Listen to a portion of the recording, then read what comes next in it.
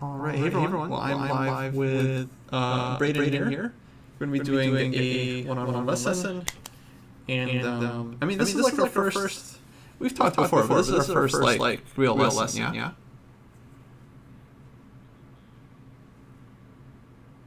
Oh, that's right. I forgot about that. Okay.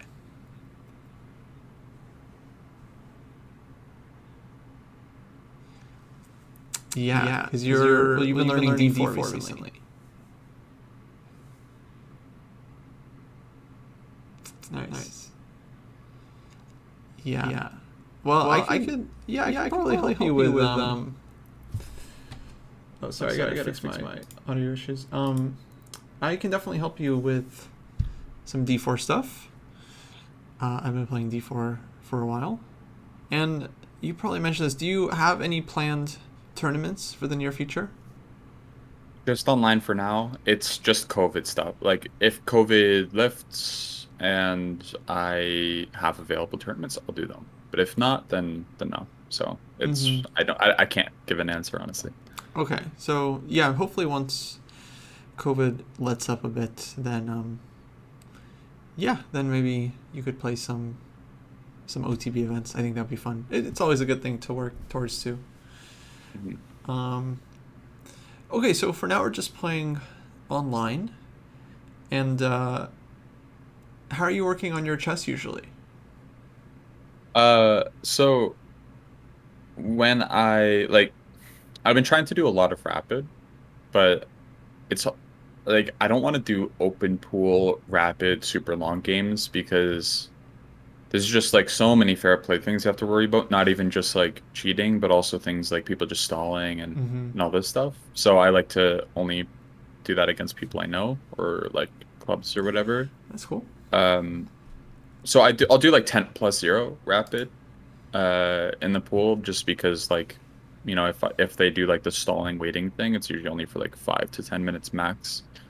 Whereas but if I can do rapid, then I like to do really as long as possible that I can get away with. Um, yeah, and then like that's for like playing. I've been trying to not play as much blitz, but still get some in because it's you know especially because I'm playing D4. I just want to see a bunch of positions. But yeah, like that's pretty much it for playing, and then for studying, just chessable really. Okay, and then other than like the D4 course, are you doing anything on Chessable? Um, yes. Like honestly, my goal was to do the quick starters of the D4 courses. I haven't even done that. I looked over like half of one chapter, and that was because I had a prepared game for that. But the classical Sicilian by Shankland as well, and then Gawain Jones King's Indian course. Those are Nice. like so it's like 5 courses altogether, and that's like all my plans for opening study, and that's it. Like I don't I mean, that's a like lot. That's yeah, like anything more than that, it's just ridiculous, and that already in itself is like more than enough. So yeah. So you're just doing the quick starters then? yeah, I want to start with the quick starters, and then just like if I feel really uncomfortable in something, then I just work on that chapter of whatever course uh it is. So for example, I played a game that I think we're going to cover, I guess, Mm-hmm. uh against Ben Johnson. And we agreed beforehand I'd play white and he'd play Benoni. So I just like studied a little bit of the Benoni beforehand. Things like that. That's like kind of how I want to get my opening study in. Cool. Yeah, I think that's a good approach. Because I've seen some of those Chessable courses and they're super long and detailed, and it's impossible to memorize everything. Like you just have to do it all the time, Mhm. and you rarely get hit with like these like super deep. It's just knowing stuff like just in case it shows up in like one game out of 100 or something. Yeah, So, like yeah. for me, that's why I like the Shanklin ones because he doesn't just like he does rattle off lines, but not in a bad way. Like he I don't know if you've seen or watched any of his stuff. Mm-hmm. But like obviously you work with him on US Chess School. But he's very like uh concept based. Like in the Benoni, the thing I used for my game that we're gonna see was like if black can only trade off one piece, then he's worse. If he can't trade off any, then he's lost. And if he can trade off two, he's usually fine. Like Hmm. things like that are like great to remember because it's super easy to remember. Whereas like learning the 17th, what do I plan move 17 here is like that's that's too much. Yeah, no, I'm with you. I think learning like the principles of the positions is much more important. Which pieces you want to exchange and what your breaks are and some of the typical themes. Like I think yeah, that'll account for a whole lot more.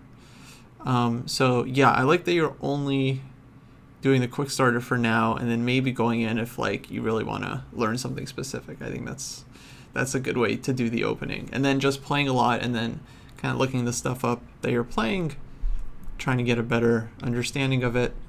D4 is it comes with a lot of structures, so but I think it's a lot of fun. I switched to D4 when I was around 1900, and I definitely learned a lot about different kinds of positions, and I think it's a cool choice. Yeah, so for me, my previous coaches, well, my first coach was when I was still pretty like new at the game, like under 1400, let's say. And they said like stick with E4 for now because it'll give you good positions. Hmm. But I like even then I was like I just want to play D4 because it's boring and I like playing boring already. Uh and then I started working with my second coach when I was a bit stronger, like under 1800. Um and they'd say like yeah, just stick with it for a little bit longer. And now like on the chess I'm 2400. So I feel like it's okay to switch now. But even then it's like should I be switching? Like I need validation that it's okay to switch now.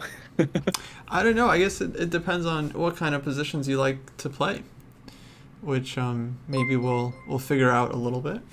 But Mhm. The yeah. thing for me is like it's nice because I have to think again in the opening and I'm not like I'm trying to like actually like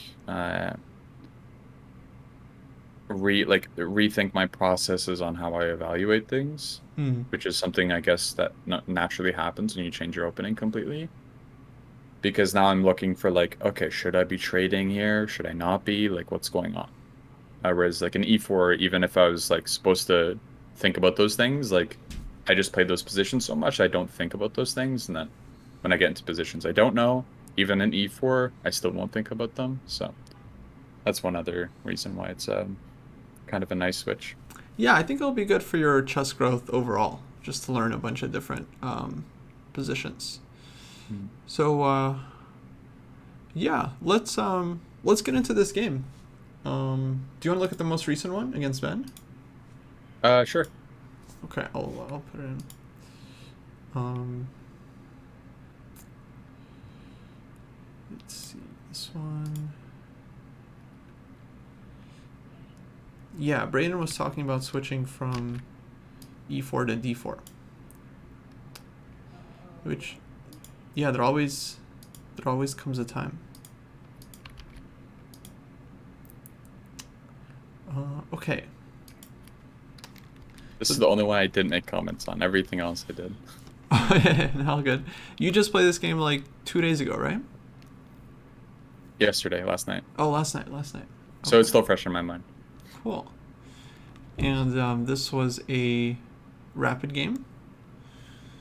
Uh, Yeah, it was 20 plus 5 or 10 or something. right.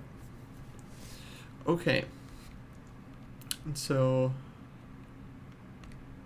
yeah, I think Shankly goes 92, right? Yeah, like I was thinking like after E4, oh no, even here yeah, it's 92, isn't it? Yeah. Um yeah, so I wasn't sure like when I should be playing 92 or when not.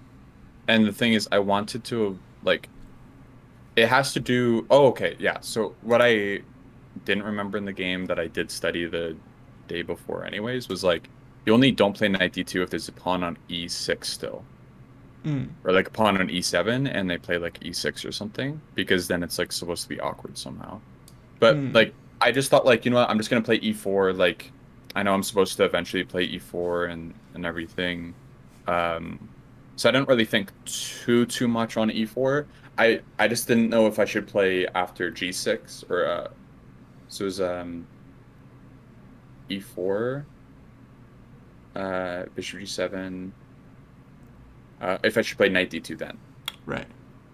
Yeah. Yeah, I was thinking that I think it is better here because yeah, you do avoid bishop g4. Hmm. Sometimes black, like it can be a little bit awkward for black. If they play here, I think queen a4 check is sometimes annoying because Okay. if knight d7, then you can play knight d2, and then this bishop gets kind of like kicked around a bit. Hmm. So what some players will do is they'll play a6 here, and they'll kind of provoke you to play a4, and then they'll go bishop g4, and now you don't have any of these like checks. So, okay, so then e4 is maybe just like an opening inaccuracy because if you do not play a4, then they get b5, right? Yeah, exactly. Once they go a6, you either allow b5 or you allow them to play bishop g4. So Mhm. yeah, it kind of gets into a different, kind of gives black an improved version of things. Okay. So yeah, I think knight d2 here is considered. I mean, this is still very playable, like what you got, where black gives up this bishop. Like I would say this is very normal for the Benoni, but you can, let's say, avoid this line by going knight d2 early, because then black doesn't get the chance to trade off their bishop, which, as you mentioned, is one of the things black is trying to do, like in this line, is like just trade off a piece. And Yeah. so this is a pretty typical one. Comes up in a lot of openings, actually. Like, Yeah, so when I was here, I thought for some reason I was actually still in the Schenkman like mm-hmm. thing. So my thought process was like, okay, like this should be okay for white for some reason. Like, Yeah. yeah, but I yeah, knight d2 makes sense just because it's the same idea. And I think after knight d2, isn't it e3 or something? No, Like from there you do want to go e4.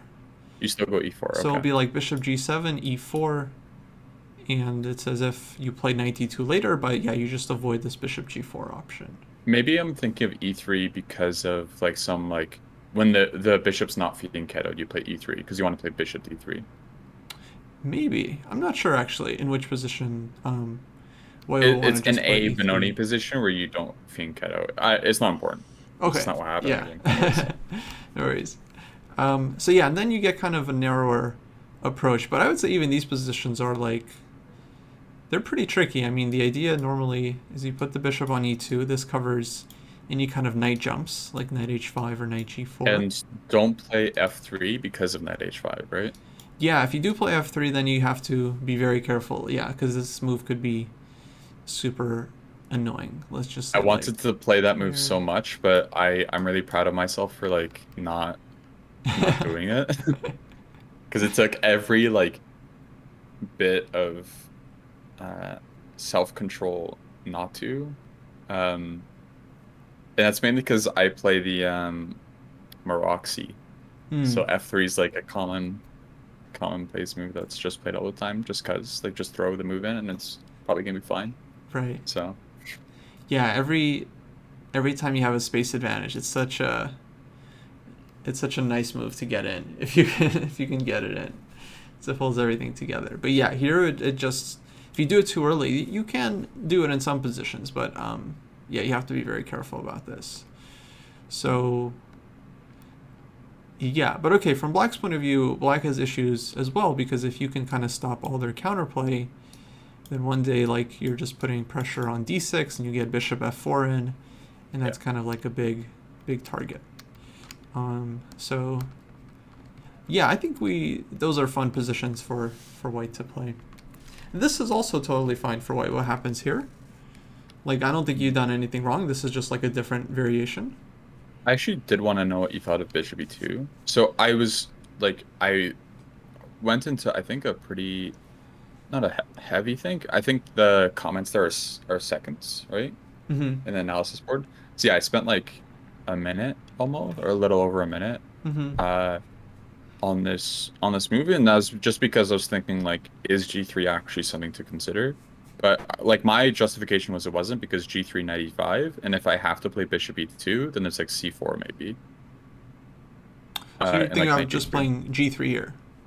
Like I wanted to see if it was actually something to think about, but I ultimately didn't think it was a good move. But I don't know if it actually is supposed to be like what your thought about it was. Because again, I'll just play the move. So like this was the variation I was looking at, was maybe something like this. Oh, I see. And then putting the bishop on g2.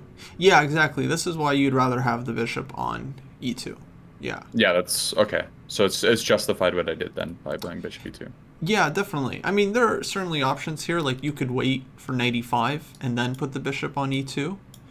Yeah. One reason to make this move first would be if you want to hit knight e5 with like f4. Maybe this was something you had in mind. I wanted that option to be available, Yeah. but I just like that bishop e2 is flexible because like maybe I play f4, maybe I just still play another move. I can worry about it if it's played. Yeah. No, I think it makes sense. Yeah, absolutely. Okay. It totally sound reasoning. Other moves, I think, like you could also play bishop f4. I think this would make sense.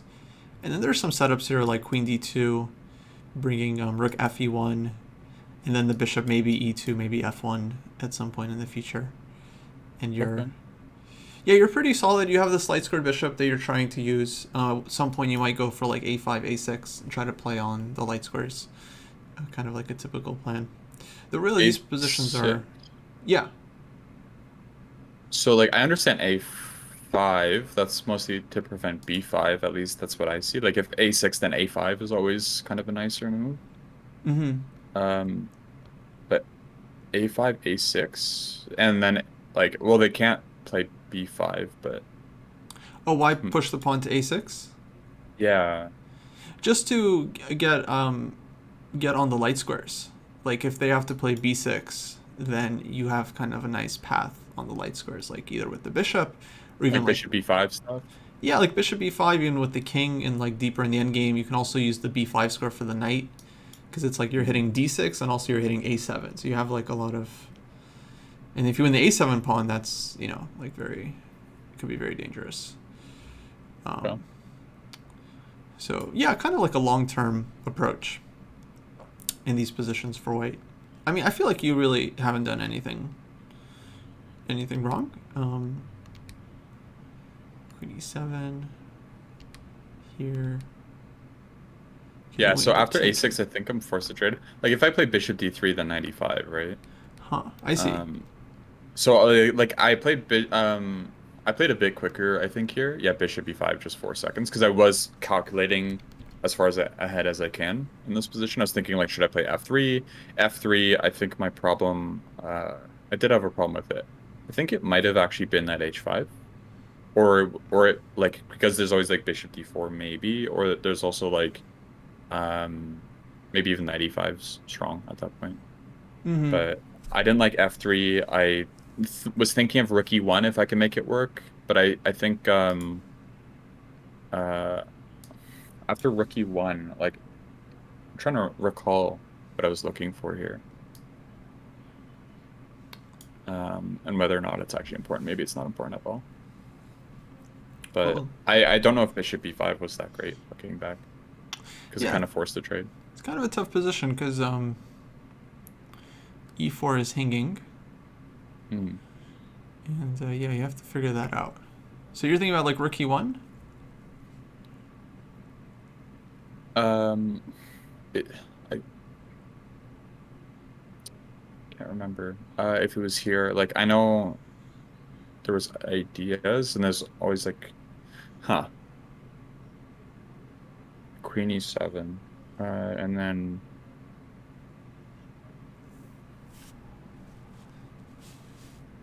because like the idea was like if they take on e4, then bishop f3 or bishop d3, and then that's like really really sketchy, right? For them. Yeah, it could work. So that was my idea. Is like yeah, like knight takes e4, and then maybe like a bishop d3. But like what I didn't like here was that like things could be also a little scary for me. Like let's just say f5, Mm-hmm. f3, and then queen h4, right? This is what I was looking at. Yeah, But f3 you want to be super careful about. There's queen h4. There's bishop d4 check. Yeah, there's lots of yeah, stuff. so this is why I ended it here. Like when I was looking. just Mm-hmm. because I was just like, I'll just play bishop e5. Like they spent a long time on the previous move. So I thought that this was practical because my idea was like bishop g5, Mm-hmm. or even bishop f4. But my mainly it was because now e4 is not hanging. So Yeah, it makes sense. Yeah. So then a6, it forces you to trade though. yeah, and that's why I'm not sure if I should have played something better. Right. I mean, I uh I don't know what you thought about like bishop takes c3 or like yeah. Well, oh like here. sorry, bishop takes c3 like d6 is hanging. That's my justification. So yeah, I guess it's not really important, but Well, let's take a look. So around here, right? Like if takes, and then then yeah, like you kind of almost have to take the pawn after, right? Like I don't know. I was thinking of how I should have taken, but I was just not expecting that move. But I did look at it. I think it was like I wanted to play pawn takes, or after mm-hmm. queen takes, we just trade and I take d6. And again, I was just following the Shanklin thing of like this is supposed to be awful for black. Like if you can take the d6 pawn, then it's almost always awful for black. Yeah, I mean, it could be. I don't know. You could keep analyzing from here, but I think it's probably okay for you. You Okay. have this nice d pawn. Hard to say. I mean, there's like knight b6, but then you take on c5. I might have just played rook d1 Mm-hmm. because I really like that d pawn. Yeah. But then there might be rook d8 or something. Yeah, rook d8 or black takes on a4. I guess Uh, rook d8, there's bishop c7. right. Anyways. Okay. So you think that was fine? Like, it made sense? Yeah, I think you're still okay here. I mean, yeah, I feel like you're definitely not worse in that position. Okay. Yeah, as far as I can see. But yeah, I feel like at some point we were winning this game, right? I think I briefly went through it. Yeah. Somewhere around here, like they did, so bishop takes c3, I thought was really strange. I was really happy to see that. And I think that's honestly where things started going in my favor. Yeah, very risky decision by black to give up the bishop, I think. Yeah, like it was cutting off my king. Like it was, I guess they said that the only thing they were thinking of was, or worried about was like e5 and then f5 or e5 and then knight e4. I was looking at that, but I just didn't take it seriously enough because I didn't see anything concrete. Um, Yeah, so let's say black plays something like b5 here. Maybe more natural. yeah, maybe trade. Mm-hmm. And then, because always my first instinct there is just to trade and then I get the open file. Um, yeah, again, e5, like, I don't see it. Like, I don't like to play moves where I'm not sure what's going on. And I'm not sure what's going on at all, so. Yeah, this is always like a thematic idea. Just playing e5 and then if black takes, just going Normally you get f5. f5. Yeah, exactly. But Right. I didn't see like, okay, I go f5 and then like knight f6 or like what? Yeah, Yeah, I just felt like I was like kind of throwing my advantage away. I didn't need to like burn a bridge. yeah, it can be risky. But right, the idea is that you're playing for like knight e4 and then trying to get some more pressure so you can add on with like rook f1, maybe rook a7. So you have a lot of like pressure moves. Mhm. Maybe d6 somewhere or fg or f6. And yeah, sometimes you can get some nice compensation here. Though I think usually it's pretty difficult to judge in most positions. It's Oh, just kind one of it's like a comment, gut I guess, feeling. Yeah, is like e5 takes f5, knight f6 is bishop h4 and knight e4, which might be really annoying actually. yeah, for sure. Like it's not easy for black to untangle. So there's bishop h4 here, for example, and then you have knight e4 coming, and yeah, rook f1 ideas, and then like taking, and then opening up the f file. So it's kind of uncomfortable for black. Like really not easy to find a move. Maybe he takes on c3 at this point to get rid of your knight. Again, I would still be really happy to see those. Yeah, I think you get some reasonable compensation here for the pawn.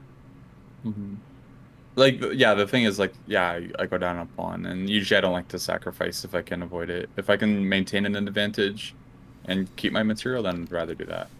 Unless it's like, it's just like dominating. But like here, it's probably just better for white, but for me, I can't tell. And it would be harder for me to follow through. Yeah, it's definitely a big risk to do this kind of thing. Honestly, I'm not sure. I would feel like in faster time controls, I'm more likely to do something like this. But in classical, I would think long and hard before just giving this pawn. Because you can always start with like rook a7, you know, maybe a little bit better. Just kind of build up the position first as well. Yeah. Being up with c4. Yeah, maybe black goes c4. But I don't think this is such a big deal. Sometimes this can even be good for white to like get the d4 score one day. Yeah, but like my issue here is like black at c5. I don't know, maybe that's nothing. Yeah. It's like c5 and d3. Well, I would look at like rook c7 just to keep the pin on the knight. I would just be worried of like queen d8. Well, let's see. Let's say rook here. c6, yeah.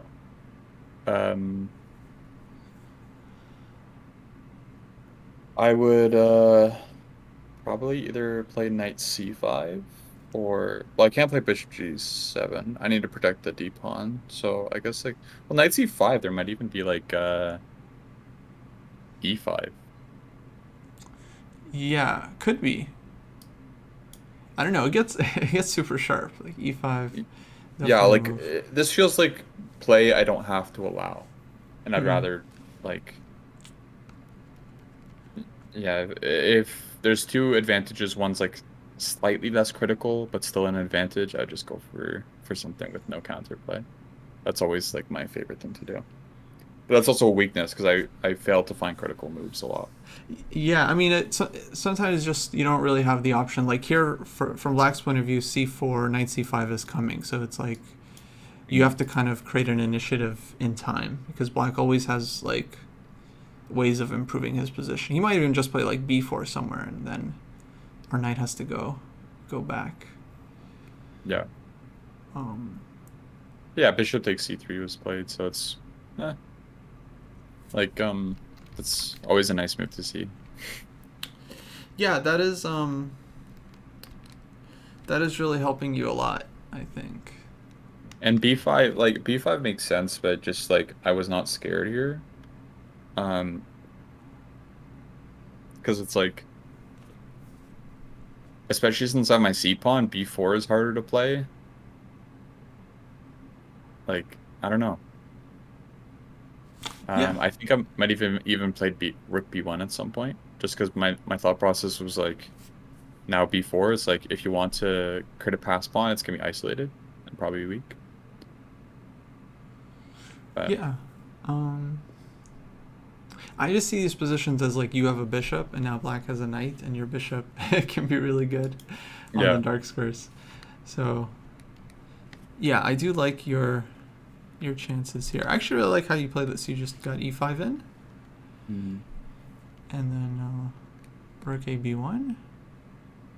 Yeah, I thought this was probably the best try because like I want to be able to threaten things like e6 and d takes e6 at some point.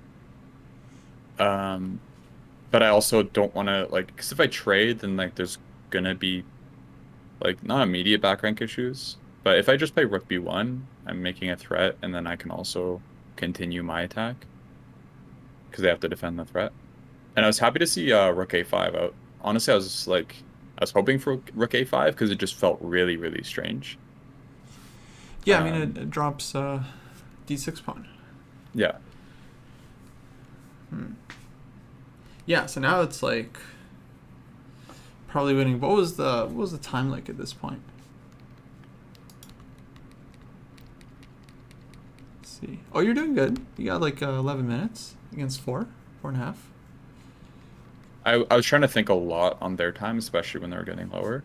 But I ate up a chunk of my time around here just because it's like just because I'm up a pawn and have like a really good position, probably winning, doesn't mean it's a win, right? You have to convert the wins. Yeah, Um, yeah, so definitely. So here, h3. I was thinking Let's queen see. d3 instead, but like I was just like I spent yeah like almost 3 minutes on this move. I was deciding between queen d2 and queen d3 and then what the resulting positions would look like. Mm-hmm. Um, and queen d3, I don't know why I settled on queen d2. I think queen d2 because I was really focused. I think I over focused on g takes f5.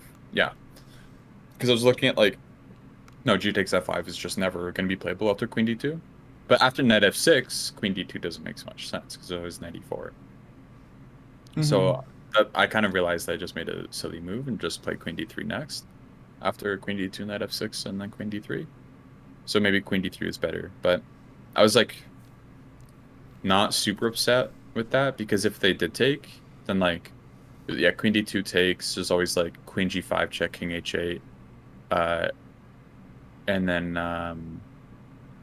what was the well? First off, I can just take the pawn back with taking on f5, but um, I think I was also looking at like take on e8 and then like rook e1 or something, and then rook e7. Yeah, actually, that would be kind of where I start here. Is like kind of with the most forcing stuff, and taking the e file seems like a good idea because you simplify to a position where it's like you have just one rook against this rook on b6, which seems pretty Yeah, bad. um, and that's probably what I should have played. And my idea was like queen d2, right? Like queen d2, and if takes, then I have queen g5 as well, which they're not going to play. They're just not going to take on f5 because that's just ridiculous. But Yeah. then I can always do this, and then it's even worse. Um, and that was like my thought process Mm-hmm. because this is just like losing. Yeah, yeah. But yeah, like queen d2, obviously again they play knight f6, and then I have to just like then I'm not as happy. I don't want to take on e8 here because then maybe knight takes e8 was something. Maybe it's not, but maybe it is. Because like if I have to play d7, then knight back to f6. Yeah. So I just I well mean, could like be. bishop c7. Yeah. What'd you say? So I was looking at like I didn't think this was good, but maybe there's actually this and like bishop c7 or Yeah. something. I mean, so you can calculate this out like really quickly, but during the game, it feels like you kind of want to avoid like possible complications. Hmm. Um, but Yeah, sorry, I'll just go back. but that looks pretty clear actually. Just like I mean, maybe he Yeah, takes with the queen, but then you're really happy with like rook e1 and for some reason after 98, I just disregarded it. I stopped. I was like, you know what, like I just didn't even think like, oh yeah, I can push. My thought process was like when I push, it's no longer going to be able to be defended by the bishop, but there it's just like clearly going to be pushed unless they sack an exchange. yeah, yeah. It's just a concrete thing, just a Yeah, so like calculation. Hmm. that's why I missed it. I just disregarded it too soon. Yeah, but you're totally capable of calculating these things out. Um, so maybe, yeah, just something to keep in mind. Like, especially when you have kind of like very active position, right? Because this d6 pawn, it's so strong, like Mm. super advanced, and you're up a pawn, and yeah, position is kind of like I don't know, feels very loose for black. Yeah. Um, Oh, actually, wait. yeah, If takes, I don't think this is anything this probably shouldn't be at all. No, no, people can't play like this. um, I'm I'm just curious. Sure, you have a move Like, here. yeah. Can I turn on the engine just to see? No, no, let's let's Okay. figure it out. I'm sure we're. Because my like instinct is like queen f4. Yeah, But like if pawn takes on f5, then things are tricky again. yeah. So here Right? we'd want to be like really concrete. What about just like super forcing rook takes e4 and then d7? Oh, that does cover b8. Queen e7? Queen e7, right? And then Bishop c7. bishop c7, yeah? Ah, that's a good one. That just wins the piece. Yep. Yeah, and then okay, then you don't have to calculate all this like queen f4, g takes f5. Yeah, maybe Yeah. there's like bishop h4 and then you can take on f5. Right, right. But Um, that's ridiculous.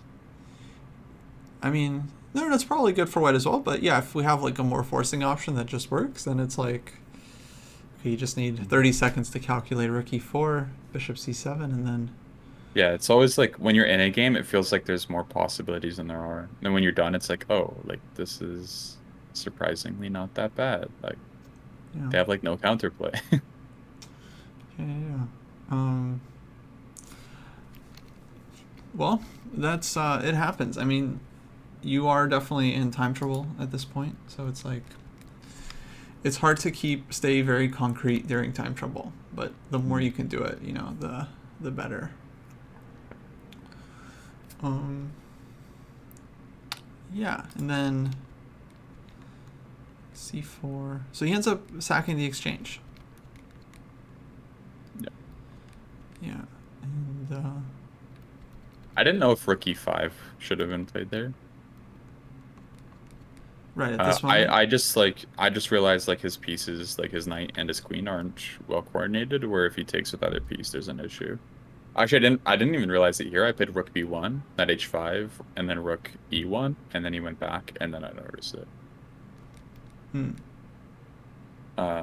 Because like rook b1 was a mistake, kind of, because if I take on b5, there's knight g3, Mm-hmm. and I'm losing my queen.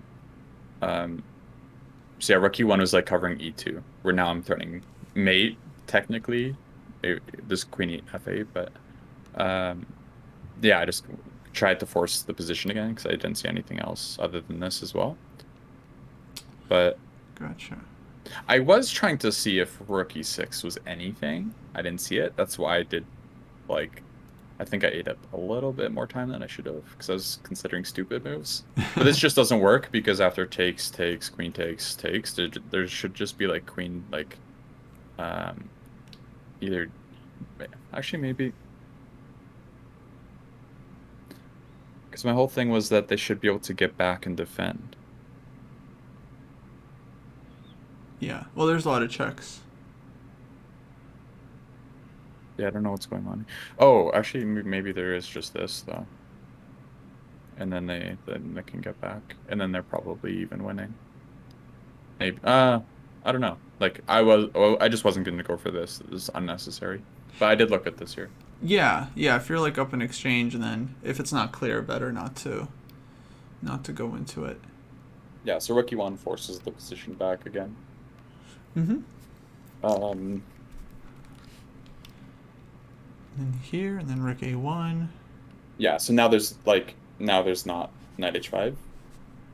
This was my idea. Mm-hmm. But they still like they got out. And I just again I was so low on time that I was trying to look for a way to like simplify, but my issue was like if we go into an endgame and I am not able to liquidate those queenside pawns, I could even be losing. You have to be a little careful. Yeah. Yeah, like two passed pawns versus the knight, like that's yeah, I don't want to go into things like that. So that's why I played like yeah, so king f8. Mm-hmm. I took first. I didn't see why not. Like my idea was like if f take like it's just kind of like a waiting move because if f takes maybe there's something with like rook f1. Yeah, yeah, just open things Um, up. Yeah. yeah, it's just a nothing move that I can make really quickly. Mm-hmm. Um, I don't know if check was right. I was looking at rook a5, and the idea was like then things get liquidated, and I should pick up the remaining pawns, but I still wasn't even sure. Yeah, I mean, if something like this happens, well, here this is hanging, right? Yeah, So so actually, knight it's takes. kind of hard. Takes, then it's taking here. What was I thinking here? That am I dumb? I might be dumb. Oh, I was looking at this actually after rook a8, king e7, then rook a5, but then it's actually defended, so you can just take on d5 with the queen. Oh, I see. Yeah, so Yeah, we can that's look at what I that that's one. what I looked up before. We can look at that one as well. Rook a5 was just better because I don't see a move for them. Yeah, so something like this, I think. Take c3, rook c5, yeah. Yeah, I think you'd have really, really good winning chances here. Yeah, like maybe f5 and knight e4 is their best shot, but feels like there's going to be a breakthrough. Yeah, the idea in these positions is you just kind of keep your rook a safe distance away from your king, and then slowly bring in the king just somewhere in, and then look for a way to either make a pass pawn, or if you can isolate, like if you can play g4 and then take on f5, that would be good. With the king I on might f4. not even. I'd be so worried about pushing my pawns here because I wouldn't want to trade anything too much off. Yeah, I mean, you have to just be careful, but like, okay, if your king is on f4, knight is on e4, like you can push g4, and Oh yeah, true. and if the knight is going Something else that back, might be then nice is like yeah, sacking the exchange for the knight would be great too.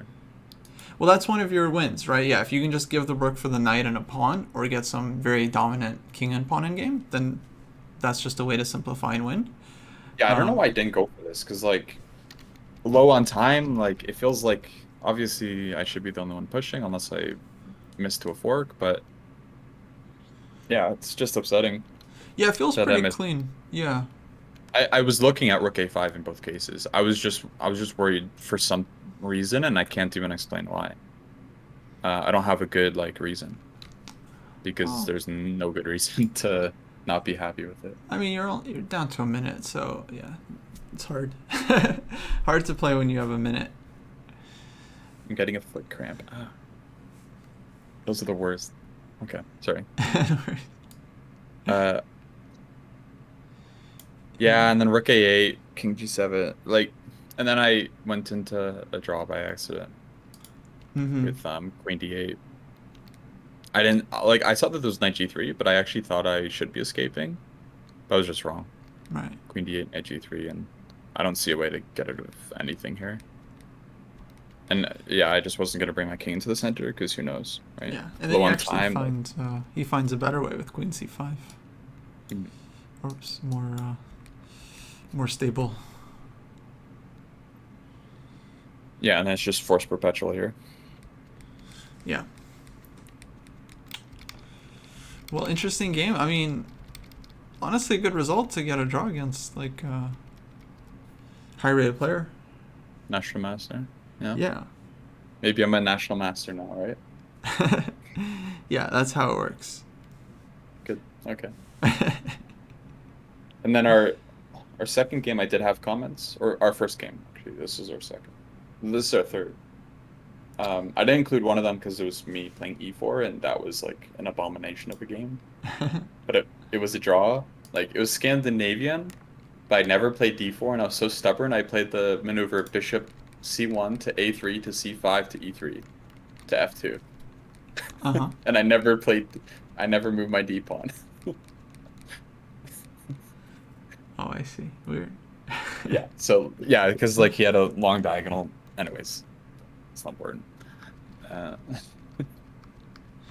Yeah. Do you want to look at this second game? Sure. Okay, I'll put it in.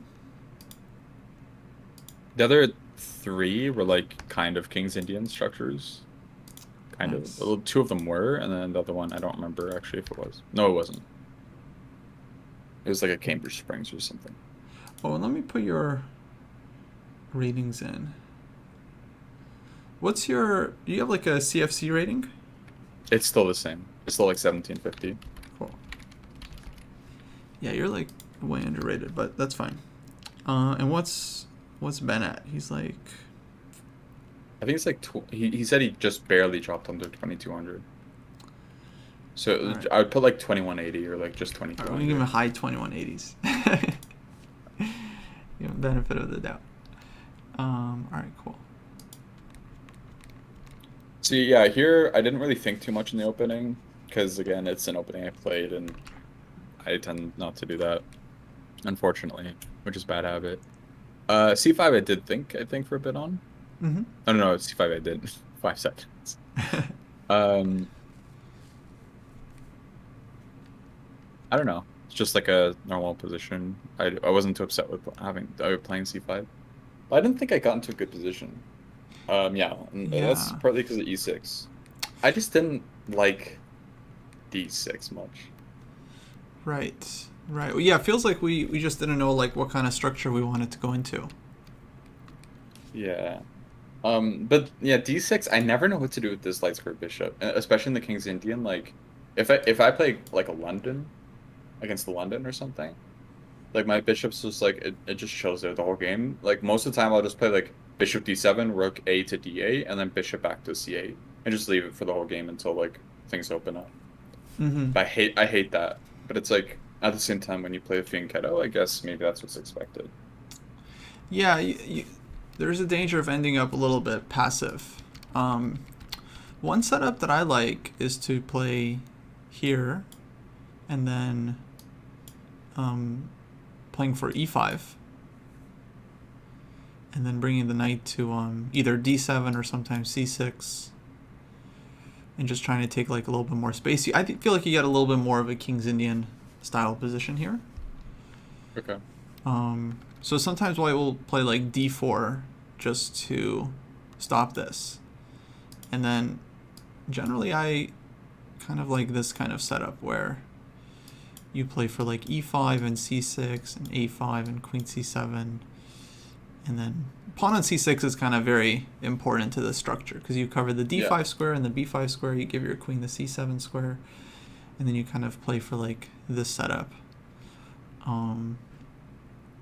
But yeah, there's different ways you can play. A5 is also kind of a funny move here, but it makes sense. Like you try to get some annoying play going on the A file, and then depending on how white responds, you might play like knight A6 behind it, or like C6 D5 even makes sense. So yeah, I think actually, we should different like, ways of playing this one. Mm-hmm. but I do think in the future we need to have like a full lesson just on what to do with that light squared bishop sometimes. Like, Yeah, it can be a big because problem. yeah, because I feel like that's a whole lesson's worth of like something Right. to worry about, Well, right? that's why you see so many players that just play bishop g4 and take like in every position. Yeah, it's just I Get don't rid of like it. because when you play the King's Indian, it's like if you do that, like Yeah. you should get your hand slapped and you should never play chess again. But uh yeah, so it's just really hard for me to make that move because it's it's like it's also giving up the bishop pair. Like I know that it's very good in a lot of positions, especially like the Benoni that was put against Ben, but felt like this is still one of those positions where I might want to keep it.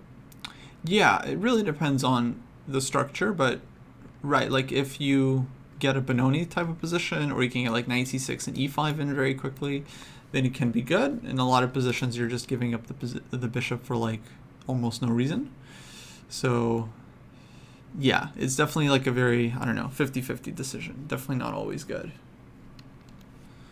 But okay, yeah, it feels like we do have to work on these types of positions a little bit because like this, especially for like players around your level, I feel like the knight of 3 stuff is often hard to figure out, like what kind of structures you want to get into as black. For me, it's like yeah, like it's just because I'll always kind of play the same fianchetto King's Indian structure in hopes that they transpose into at least a somewhat similar King's Indian. Mm-hmm. And that's like all the prep I have against the English. Like I don't have actual prep. It's just okay. Let's just hope they transpose into a King's Indian. If they don't, then okay, I'm out of book. Yeah, exactly. Well, that's why there's such a big problem because like you're pretty comfortable against like e4 and like you have a lot of experience, and then against d4, but then like knight of 3 c4 you get it every once in a while, and it's like just a series of an opening, but you spend like way less time kind of looking at it. So it's Yeah. kind of it's kind of a target. A lot of players struggle with these positions. So yeah, because like here, like we go e6, and I think it's kind of like one not so great move, and already I would say white is very comfortable. He could take with the queen here as well, I bet. Queen, knight h5. Yeah, and then just drop back. Oh, because you're just happy to trade the bishops. Okay. Yeah, exactly. Some position like this, and then it's like, My bishop, my only like, yeah, my bishop's disgusting. yeah, bishop's not good, and like you have like a long-term problem on the d file because this d pawn is just gonna be, it's like on an open file and it's like a big target. It's kind of like a Maratzi bind position. Like you've seen this from white's point of view maybe more often. Somewhat. Yeah, like I got similar in the game, but I was kind of happy with my play. I feel like I still defended well because they made some inaccuracies, but Yeah. yeah, this was very strange move. Oh, really? Taking? I thought this was very strange. Huh. I think it makes sense. Well, like my issue is especially with like queen d4, maybe they missed queen f6. And like it should be okay. Like objectively, black is worse. Isolated pawn and like probably gonna go into an endgame. Yeah. My reasoning was like, it's one weakness, and bishop e6. Like it feels like I'm just too solid. And luckily, like they just fell into a trap in tactic in order for me to just trade that pawn off. But bishop takes d5 very strange to me personally, just because that bishop's so great. Why would you like? I guess the knight is good, but I don't know. I was happy to see that move. Yeah, I mean, like from black's point of view, we don't really have too much of a choice because either we go into like the isolated queen pawn position here or we take. But yeah, it wasn't necessary that he had to do this, but I think it makes sense because it's like when you exchange pieces, it's all about the position you kind of end up with, and if white feels happy here, which I think white should have at least a small edge, then it kind of makes sense on the decision side. It's just weird because like for me it's like something I'm a bit happier because like now my bishop actually has somewhere to go. Yeah. Like before I was like trapped in. My knight was good, but like I don't know, I'm still not the happiest camper here. But I don't know. Maybe yeah, it seems like white is definitely better in this case as well, like without trading. yeah, like I'm just more worried here, especially because my bishop's just so hard to develop. Yeah, maybe something like queen d4 check. Queen d4, queen f6. And if queen f6, let's say we trade. I don't know. I would just like, yeah, I played like knight takes f6 and maybe like rook b8, b6. Feels like I'm able to get out quick. I don't know. Maybe I'm wrong. Well, this would be kind of what white is playing for, and then just trying to use your next two moves to like get in pretty quickly. That makes sense. Yeah, I think it would be pretty pleasant for white. Okay. I still think that makes more sense than bishop takes d5. It's just because the light squares too. Who knows if I have attacking potential? If he like wasn't able to trade. But yeah. Let's see. I mean, rook d1, knight c3. This all makes sense. And then he trades. Goes e3. Rook d3. Yeah, and then the rook d3 was just not good. But you just got d4. Nice. So d4 is cool. Yeah, that's a good move to have found. Because g4 doesn't work. Because right. Rook takes g4. Yeah, you got it covered. Nice. So yeah, this was a good find. So that means he needed to maybe do like something 92. else. Well, like 92 bishop g4 might even be kind of annoying. Yeah, it's probably knight b5 then. Yeah, that's what I was looking at, and I was looking at I think I was even thinking like a6, and then just like allow knight d4, and then just like play around the d file, because obviously why would I just keep my rooks here? I'd just play like rook c3 or something, or like rook c7, rook c8, and then like it feels like things are just gonna get liquidated. Yeah, I'd say white is again a little bit better, but it's tough to convert Yeah, these positions with just it the just one doesn't. weakness. Yeah. Yeah, exactly. Like it doesn't. Worst case scenario, I even lose the pawn, and like even that position looks difficult to convert because like my king's more active, the rooks are okay. Like I don't know, but I just didn't see how they could win the pawn by force. Yeah. No, definitely not by force. This is just kind of like it's just like a two results position. Like white just plays for two results, tries to Mhm. win, and then black has to kind of patiently defend. But doesn't seem too bad. Seems like it could have been worse earlier. All things considered. But then okay, one slip and then now you get d4 in and now you're looks like totally fine. Yeah, we just got a repetition here, which is kind of funny. Wow. Because I was happy with it because I think like knight takes a7. There, I remember calculating that it was like really really sketchy to take. I think it was like rook c7, rook a5 or something, or like a Well, just it for just k8, yeah. oh yeah, yeah sorry rook a8. Yeah, never mind.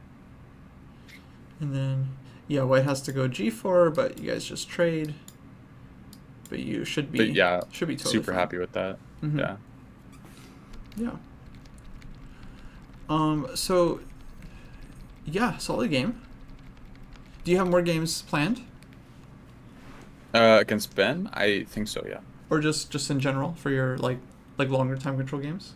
So yeah, I'm playing in those like weekly Tuesday events. There's like 4 or 5 games, but no, there's three I think I included. Um, what was I gonna say? Yeah, but they're against like a bit weaker players. Their CFC I think is a bit stronger than their online ratings, but in general, I don't know. 2 tournaments, almost a perfect score. I drew 1 game out of like 8. Mm-hmm. Well, The other 7 were wins, so I don't know if that's really like enough. Maybe I should be playing different people just because it feels very one-sided. But yeah, I would be trying to get you to play players like between 2,000 and 2,200, like as much as you can. okay, Um, yeah. Um, I guess like yeah, Fish, JJ, people like that, and yeah, Ben. yeah. Whoever you can find. There's always a Discord with lots of players in there, usually looking for training games. Mhm. And we have like our classical tournament, so you can play like one long game a week. Um, Oh, you guys are still doing that for some reason? I thought you guys weren't. no, I think registration is open. In fact, I'm gonna link people in the chat. Ooh. But yeah, we have new classical tournaments. We have the one that's open to everyone, and then we have the verify group, which is only for people who have submitted like their real names and stuff. So you can play the verified section because we know who I you was gonna are. say I can't as a joke, but uh, okay. Yeah, I think I actually will because I want to. When are they? I guess next week. I'm not sure when they're starting, but I think they're registering now, and then once everyone registers, then they'll do pairings for like the first week. Is it like a specific time? It would be great if it was, because then it's like something I can put in my calendar instead of having to like talk to people. Because I It don't like talking. you do But yeah you do have to schedule with the opponent, but you can put your schedule in like when you sign up, so people can kind of see like when you're generally open. okay. Is there still a stream for them? I don't know. We might do one, but I You don't you think there's should. anything planned. I missed those ones. Yeah. You guys should. Well, now that David is back, hopefully we can do more of them. Okay. Sweet. Yeah, just because like it's also nice to like go back and like see what you guys are commentating on for those positions too. Right. Um, But yeah, you okay. do have to schedule with the opponent. But yeah, those are great for training games. Is there anything you'd like recommend I do like in between the time of our next lesson? Yeah, I wanted to ask you what um or how often you work on just like tactics and calculation, or what do you do specifically? So I want to work on the woodpecker, uh, but in my it's just not possible right now in my schedule. It's just like I want to save it where like that's my focus. But so since I'm switching openings and like even in the King's Indian, I've played it for 4.5 years. I have like you play H3, I'm out of prep. Like, and I wish I was joking, but I'm not. So there's like a lot It's of okay. things that I need to learn. So I want to like build a solid foundation where it's not like I'm out of prep in major lines. Um, Yeah. nothing nothing crazy in depth, but just like the quick starters pretty much. Um, Right. should cover most of it. Yeah. I think it would. Um, But yeah, for tactics, I've really been enjoying Romain Edouard's middle game book. Probably just continue that, like few positions a day or something, if you think. nice. Yeah, I Um, mean, I think at some point, I think you would want to focus on it because, like, it's always something that you can improve in the long run, yeah, and it's gonna help you.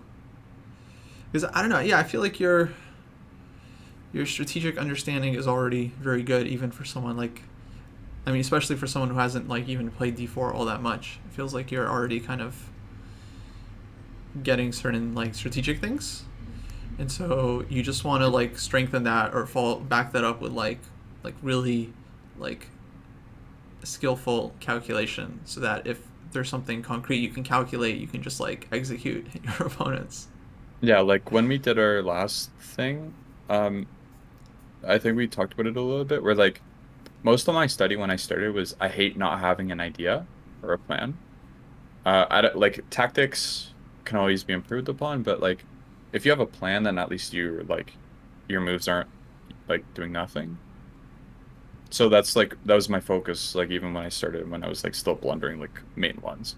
Um so I feel like yeah, I feel like my tactic or my strategy is pretty okay. It's definitely if I had to self-diagnose, it would be tactics for sure. I mean like again, like you said, everyone has to improve that. Openings, huge.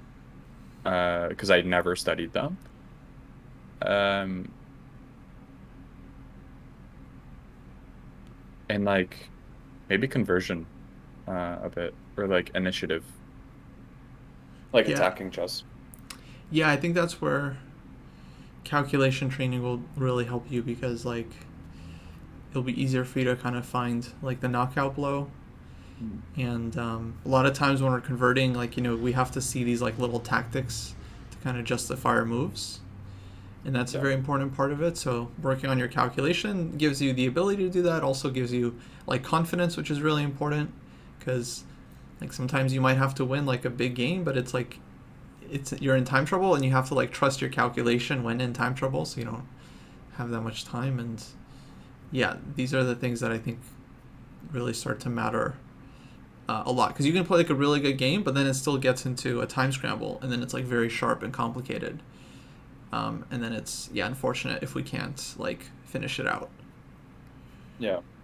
Um, so So like, would you like? I want your stamp of approval that like, I just wanted to like at least for this month, just like kind of focus on actually building a foundation in my openings because it's kind of sad that I've played King's Indian for like since I started playing, and I still don't know H3.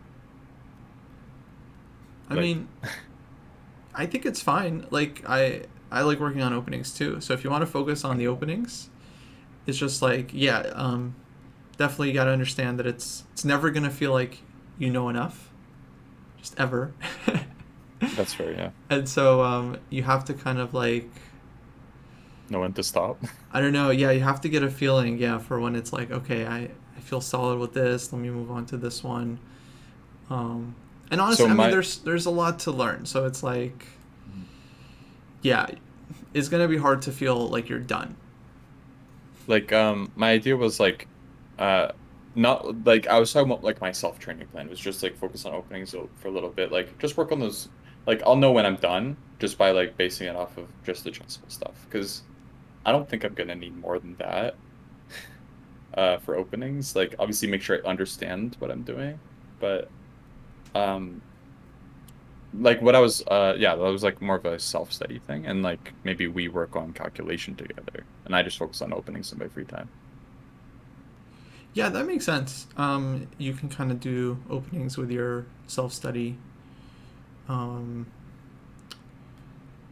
and I think okay, at least for 1 month, yeah, it's totally fine. Like you can you can really like space out your training, as I think people should. I think you should be patient and just work on like one or two things at a time and just kind of focus on them. So yeah, if you want to just like focus on chessable and the repertoire, I think that's fine.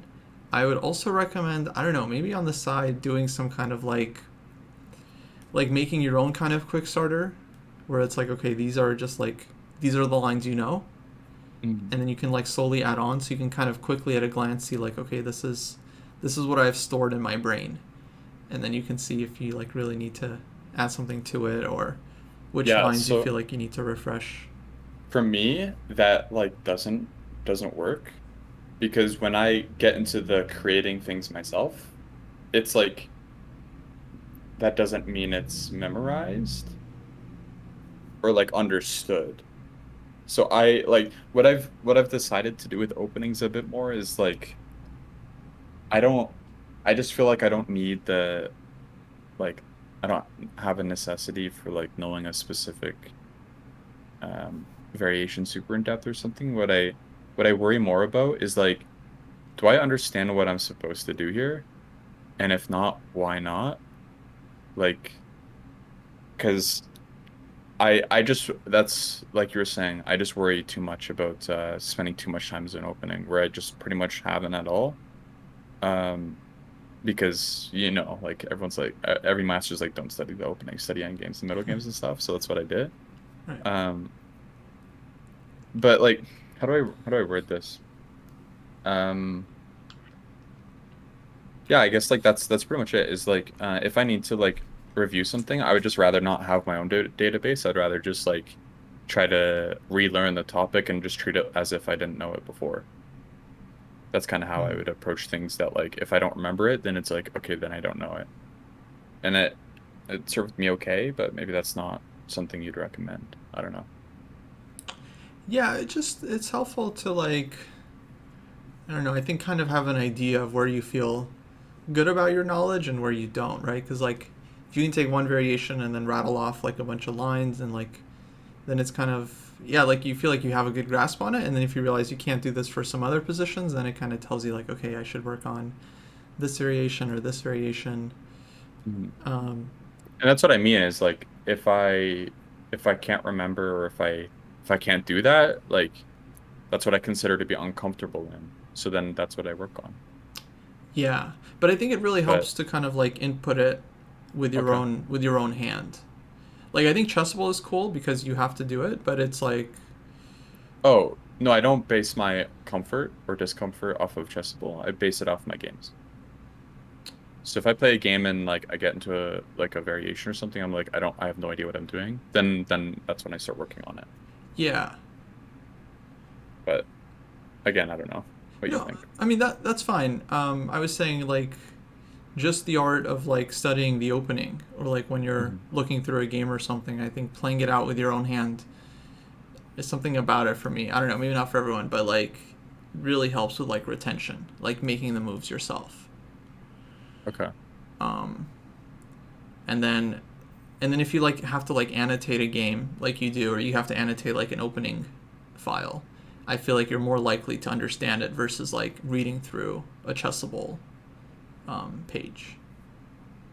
So like Chessable Hmm. is like a really good starting point as like your reference material, but then I think the real test is whether you can like do it yourself, like with like a blank study or chess-based PGN or whatever. Yeah, I don't know if I'm miscommunicating this. Um, but like yeah, like especially when like you're on a specific like interface or something too, then it's like then you get a comfort. And like with Chessable, like yeah, you can get into like a sense of security that you know things, and then when you actually either get into that exact position or are a few moves before and you can't remember or something, then it's like completely different because you're in a game. Yeah. And it doesn't tell you. They don't. Your opponent's not going to tell you if you're doing it right or wrong. Right. Uh, yeah. So that's not what I focus on. Right. That's not what I do. It's like how do I reword this instead of saying the same thing again? Uh, like I get very anxious about building databases myself. Oh, okay. Um, like not about like it's just like the not even the upkeep, but the organization and like making sure that like everything's right. And also like when it comes to there's different moves. I'd rather just be like, okay, I can play this move and this move has this idea, that move has that idea. And then like study some games, do all that stuff, like save the games in a PGN or something Hmm. as well. Um, but I tried to avoid using the database as in like, okay, so I didn't play this move. I have to play this other move that's in my database because it's in my database, not because it's not an okay move. That's the trap I get into. Because I used to be like, okay, I'll only play this one move in each position. I never had any like pet line, like sub variation things I'd play into at all. It was always the same thing every single time. That's when I started like with opening study. Hmm. And like I just like soon after just stopped just because it wasn't helping me. But I don't know. If you have any recommendations on like what I should be doing for like making my own stuff, then I would love to hear it. But Yeah. Um, right. Actually, the other thing I wanted to bring up is like just going through model games. I think yeah, again for someone of your level, like super super useful. yeah, I guess the move is really fun. Yeah. And so I feel like playing through the same game like multiple times is often really useful because we usually don't get everything out of it the first try. Yeah. Um, so I definitely am a big believer in keeping like collections of like just instructive games in your openings, like King's Indian. You can start collecting like really cool D4 games, or I know like Shanklin has some annotated, so those are like a great starting point. And then like making sure you like really understand like each game individually, Yeah. and then kind of like just very very slowly. Like you could do 1 2 games a day, but just like if that's like a consistent practice, I think that's a great way to just get like a very broad like broad understanding of like different middle games that you could see. I like And that idea. Like yeah. what I would do for my opening study was just guess the move. That's it. Mm-hmm. Because then like I just got exposed to new plans. Mm-hmm. Um, obviously, because that's kind of how guessing move works, is you guess a move, and if it's not your move, then like you ask why they played that move instead. But um, yeah, like I like the idea of just like creating a database of like, okay, in this variation, these are all the games I've studied, Yeah. and in this variation, these are the games to study. I just get worried about the moves and like the variations and organizing and blah blah blah. I would just rather like, okay, this game is important and like this is where I should stop following if I ever played this like theory of this or whatever, blah blah blah. Right, exactly. Also, Yeah, you would just do it by structure. You would just say like um, okay, this is like one structure, and then collect games that start from here and just like look at a bunch of them. Or if you wanted to look at I would just look at like variation. Just like H3, King's Indian. I would just look at. yeah, exactly. Like you could say I want to see all the games starting from here and then choosing some of the high level ones and like just analyzing them a bit. And it's yeah, if you find something instructive, you can save the game and use the engine, just try to figure out what happened, why some moves were played over the other. I like guess the move, but I feel like it's pretty time consuming, so I don't know if I would only do that. That's fine for me. Like Yeah. I feel like I get the most out of it if I do guess the move. Because if I'm just running through games, like I'm more likely to forget them. Yeah. Yeah, if we're just playing Uh, through them, then it's like it's really hard to retain much. yeah. So personally, I'd rather do guess the move. Hmm. Yeah, that's fine. Um, and yeah, I think that's a good way to really build your fundamentals out because it's like a lot of times, I mean, it's really about just learning how to play the middle game and then knowing the specific move by move theory. I think for many lines, just doesn't matter that much. Yeah. Um, but knowing the structures and like yeah, what kind of like different plans you can play for, that's super important. But it takes a lot of time. It's like you got to study multiple games, and then see like the same plan, multiple different positions. In this position it worked, in this position it didn't, and then you can like slowly try to like understand certain middle games. It's a very time-consuming task. But it's fun if you can find some good players. Like, another thing, I mean, I recommend doing is just choosing a King's Indian monster, like a Nakamura or a Rajaba or Gawain Jones, yeah, and then just playing through their game specifically, because then you can see how they handle similar things. Who would you recommend that's an opposite of mine for D4? That's still like what I mean by that is like someone that's like very good attacking wise. Obviously, still like you have to be positional. Yeah, But because I do think that attacking is definitely a weakness of mine that I want to improve. So it'd be great to see if there are attacking player or like more aggressive players with D4, even mm-hmm. older ones, um, that you'd recommend, like Kasparov or something. I don't know. For sure. No, I would recommend Aronian and Mamedyarov. They're like super sharp D4 players. I'm gonna write that down. Yeah, I think lately everyone's been playing like E4, but there was a time when they would kind of play like D4, C4 pretty frequently, and they have some very, very, very cool games. There's lots. Kasparov used to be like a big attacking player. So, I mean, his games are obviously worth studying. Okay. Yeah, I would say those three would be very cool. Like, they just have some amazing games. Like, especially Mamedyarov, very, very, like, sharp player. Yeah, if you have any like specific notable games that you think I should do guess the move with, like let me know. Because it'd be great to like know that these are instructive before I even touch them. Then like spinning the or I guess like playing the lottery and hoping you get a good game when you do it. Yeah, that's the thing. There needs to be, like, a collection, like a churn of collection of, like, good games to guess the move on. Mm. Some games are brilliant, but it's like, okay, it's just like you would need like 15 minutes to like guess this move. And then for this move you would need like 1 minute. Yeah. Actually, like, do you have any? I don't know when you want to do the next lesson. Like I don't know if you want to do bi-weekly or monthly. I think either are actually fine. Mm-hmm. Um, I think weekly might, like, I'm not opposed to it. I just feel like it'd be nice to get some air in between each one. But it's Yeah. like, Yeah, I often don't do weekly. okay. Yeah. Um, yeah, so like if you have like I don't know how many guess the moves you think I should be doing, because like you like straight up how it is with my coaches and I, it's like you're the expert here. Like if you say like shut up, stop playing openings, like bad boy with me, then like I'll stop and I will do what you tell me to do because it's like you're gonna know like best. So Yeah. so yeah.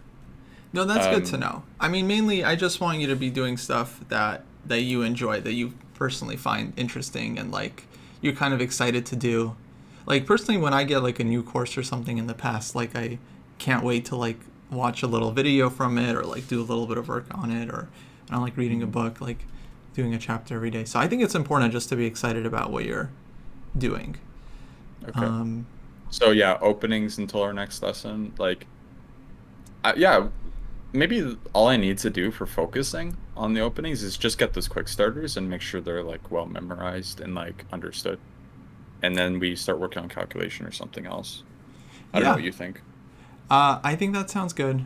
We'll leave the openings to you. We can definitely work on calculation. I'm thinking like specific like middle game, end game calculation makes sense. I Um, love endgame studies if you got any of those. But well, I have a I lot. may I'm gonna put you on my new course. you can you can work through that one. I think it'll be okay. cool. Uh great. So let's just say like how many guess the moves do you think I should be doing optimally? Like I don't care if you think it's a ridiculous number. Like optimally, how many do you think I should be doing a week? Because I'll do it. Mm, well, yeah. So for me, I don't think you actually have to do that many because it's like it's time consuming. Like I would rather you do like one a day, and then also play through like 3-4 other games like normally and just try to like analyze them. That's more than I go over. Like I haven't done guess the move in a while. My studying lately has been almost nothing. Almost nothing. Besides like watching some video. Mm-hmm. So okay. Yeah, like I'll do like one guess the move a day. Yeah, just start with one, and then you know, in 2 weeks you'll have like 12 games or whatever. Yes. Seven times 2 equals 12, yeah. No, because you'll skip a day or whatever. Like, Okay. you'll have like 10 games. I'm just joking. Okay. Yeah, like also if you do have recommended games, it would be great if you could just tell me like which ones, unless you want me to figure them out myself and like shoo. That's fine too. No, I have some suggestions. I have a big database of King's Indian games that I find important. So Okay. actually, I'd be happy to send you some. Yeah. Would you suggest doing King's Indian ones or like mixing it up with like the classical King's Indian and D4 right now, or just focus on one? Like 1 week of D4, 1 week of King's Indian, 1 week of like classical, and then we just do guess the move of like whatever of those openings after that. Honestly, I think you'll just need more time. I mean, I think that won't be enough time to learn like any of these openings like super well. So yeah, I don't know. I like the idea of just dedicating it to one opening per week. Like saying like this week I'm doing all King's Indian, this week I'm doing all classical Sicilian, this week I'm doing all D4, and then you can kind of just pick and choose based on. Like I would work on D4 like every other week or for 2 weeks at a time, just because you get white half the time. Right? Exactly, yeah. Like split up the two. I like that. Okay. Maybe one. And if I were to like, would you suggest like guess the move is like a thing that like is something that could also just be done alongside like if I were doing, for example, the woodpecker, I would assume that would all be all I did for that time, because it's so like such a huge commitment. But like, would you also say like, yeah, if I can guess the move in as well, then that'd be great. Yeah. Maybe I worded that weirdly, but you're saying if you can only do one and not the other? Not specifically. Like, is this something that I should just continue? Like, pretty much, if I can, then I should just always do guess the move like one a day. Is that one of those like higher priority things? Like, it's like you should do a certain amount of tactics every day because it's just good for your chess. Mm-hmm. Would you say that guess the move is also equivalent to that as well, where it's pretty important? Definitely. Like studying one game, like you're trying to guess the move, and then they're often playing something different. You're trying to understand like why they did that, like analyzing the game. Yeah, like that like always brings benefit, I think, in the long run. Might not help you like in your next game, but it'll certainly kind of like deepen your knowledge of the structure. So playing through a game quickly, I think we usually lose most of that. But like really going into it, if you just did one a day, I think that's already actually very good. Okay, great. Yeah, so I'll definitely do that. And I guess like the last question is for guess the move. I want to like make sure I'm studying or doing it well. I would worry personally about rushing. So I was thinking like I just set up like every move. Maybe if it's not like an obvious recapture where it's just it's just recapture. Spend like put a timer on. And like I have to just keep calculating and keep thinking about the position until the timer ends, and then I can actually say my move and write it down and then guess. Because like I would worry about like, okay, I'm just gonna guess like this move here and then just next, like. But if I spend like 5 or 10 minutes on every single move, obviously like I'm not gonna like I'm gonna be evaluating non-critical moments the same as critical, but that also mean I'm like actually spending time in the position still. No, I think it's a really good training exercise. To do like a timer as well. Well, yeah, because then it's like you have to kind of figure out which moves are worth thinking about deeper. Or maybe what you could do, could be interesting, is give yourself a total amount of time for the game. Like, I would still worry about that, where like maybe add like a 1 minute minimum to each move, and then also add the total time. yeah, you could do a 1 minute minimum. Because I would still be worried about rushing, like because that's another weakness of mine. I just rush too much.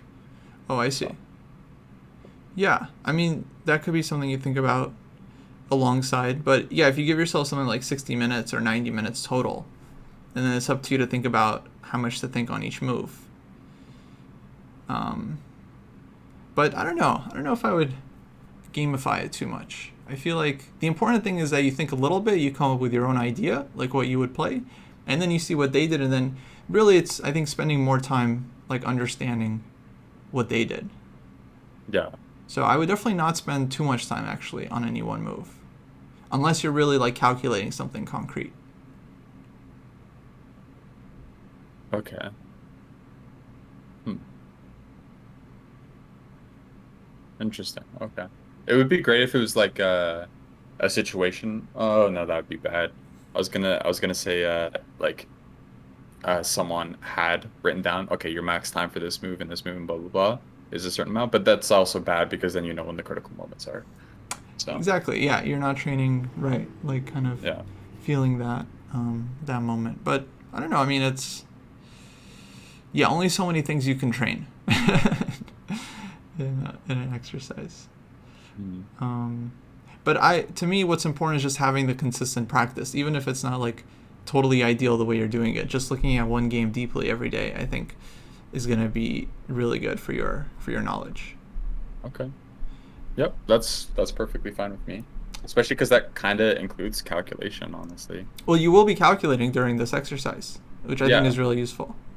So it would be great if I could skip tactics alongside it, because I don't want to add like 500 things to do, Right. like every day. But if like my calculation training is also included in that, then that'd be great. Yeah, I think the thing with calculation training is like I feel like you really need like a plan, because it's kind of like working out your muscle. Like if you just don't lift that much Hmm. and you do a little bit every day, like it's not going to do anything for you. It's just going to be like a very small warm up. So to like really improve your calculation, you have to like really commit to it and try to do more or see deeper than you would normally. So it's like, I think mentally it's important to kind of tell yourself like, okay, this month is calculation month. I'm doing like 90 minutes a day every day before 12 p.m. or whatever. Like you set a time, and then you like push really hard, and like you work really hard, and then you're tired at the end of it, and you're like happy that you're tired because it means you worked hard, like full out training mode. Yeah, that makes sense. But yeah, important thing is to commit to it at that point. So the final question, I Yeah. swear this will be it. Yeah, no worries. Because I've kept you much longer than expected. I'm trying to remember. It was don't let me forget it. How many games? Like, what is the quantity/quality of games I should be playing that you think would be great for, like, my level specifically? I think it'd be cool if you got one serious game in a week, like long, like 90-minute, 60-minute, something like this. Yeah. I mean, OTB would be great, but okay, right now we're doing online. Yeah. And then beyond that, like, I would say you don't need more than like 4 or 5 rapid games. That would be cool too, like 4 or 5 kind of serious rapid like these, where you're really like focusing and trying to do your best like in each game. Like, Not playing yeah, like if you 4 or don't 5 feel out a like it. week. Mm-hmm. Yeah, Yeah. that's what I usually do. I try to like mentally prep myself for even for online ones against random people. Yeah. I try to like mentally prepare so like I know I'm at my best possible form, Right. like feeling wise, because then it's like it'll be more instructive than if I were like half asleep and like watching a movie on my other monitor or something. Yeah, for sure. I think just trying to make them feel like you're at it's a real tournament event. And some people do that, they play like at the Marshall Chess Club like once a week. Like they play like G40s like 4 or 5 of them every week, and then the games are rated, and then it's like just really, really good, like weekly training. You kind of stay in shape, and then you go over those games, learn those positions a little bit better. Maybe you know your opponent ahead of time, like you guys said with Ben, you're going to be playing Benoni. I think that's a very good training technique to like study something beforehand, so you kind of go into it knowing a little bit. You play the game, you learn a lot more while you're playing because you're like, oh man, there's so many options that I didn't even consider. And then afterwards, analyzing that game, you kind of like integrate all of the knowledge. I think that's a great way to do it. Okay. And like, the problem is setting up games like this isn't always easy, especially if it's like a 4 or 5 time a week, unless it's like a club thing. And again, the club near me is, even if it does open up, it doesn't feel like, you would agree, I guess, right? It's not really super strong opponents. Yeah, it can be hard. Yeah, so open pool, 10+0. Is that too quick? I think those games can be useful. Okay. There is often people willing to play, like you could just ask around in the Discord. Okay. Just see like if anyone wants to play some rapid game. I feel like we're a rapid oriented server. Yeah, like honestly, anyone watching, like if you want like a weekly thing, that'd be great. Like find like 5 different opponents and like play one different one each day, but it's like you know what I mean? Yeah. Yeah. That'd be great. So there you have hit it. me up, guys. People can find you in the Discord and DM and set it up. Yeah, I think that'd be really good. And then studying those games, analyzing them. Yeah. Great. That's all I got. Well, I'm excited to work with you. Me too. Nice. Okay, I guess we'll end it there. There's going to be a US Chess School class coming up actually in 20 minutes. So I'm going to go on break and then set that up. That's going to be with Grandmaster Eugene Perelstein. So we're just going to stay on and then, yeah, get ready for that. Braden, you're good to go. I'll catch you next time. All right. Go on. Bye.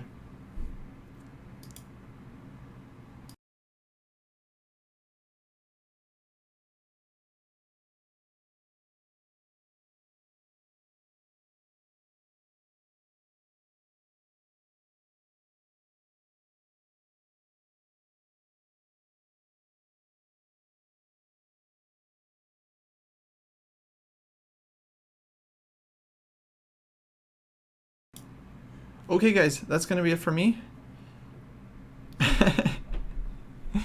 Hope you had fun and enjoyed the lesson. I thought it was pretty instructive. But yeah, I'm going to go on break here, and then I'm going to go set up the US Chess School, which is going to start in about 20 minutes with Grandmaster Eugene Perelstein. So that'll be another good lesson. Hopefully you guys enjoy that one. And yeah. All right, see you all next time.